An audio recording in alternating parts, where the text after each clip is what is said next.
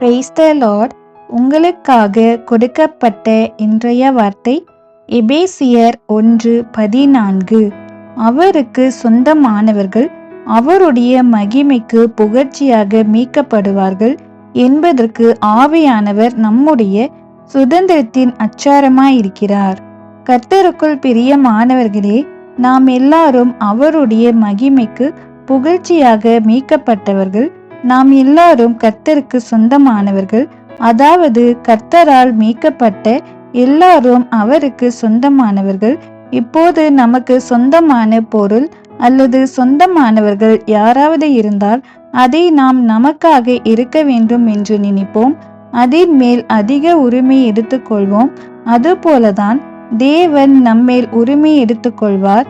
என் பிள்ளைகள் நான் சொல்வதை கேட்க வேண்டும், என்னுடைய செம்மையான வழிகளில் நடக்க வேண்டும் என்று.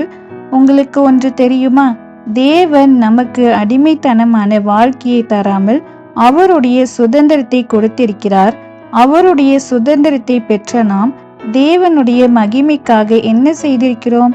நம்முடைய சந்தோஷத்திற்காகவே வாழ்ந்து கொண்டிருக்கிறோம். நாம் அப்படி இல்லாமல் அவருடைய மகிமைக்கு புகழ்ச்சியாக வாழ வேண்டும். அவருடைய மகிமை உயர வேண்டும் என்றால் நாம் அவருக்கு பிரியமானதெல்லாம் செய்ய வேண்டும்.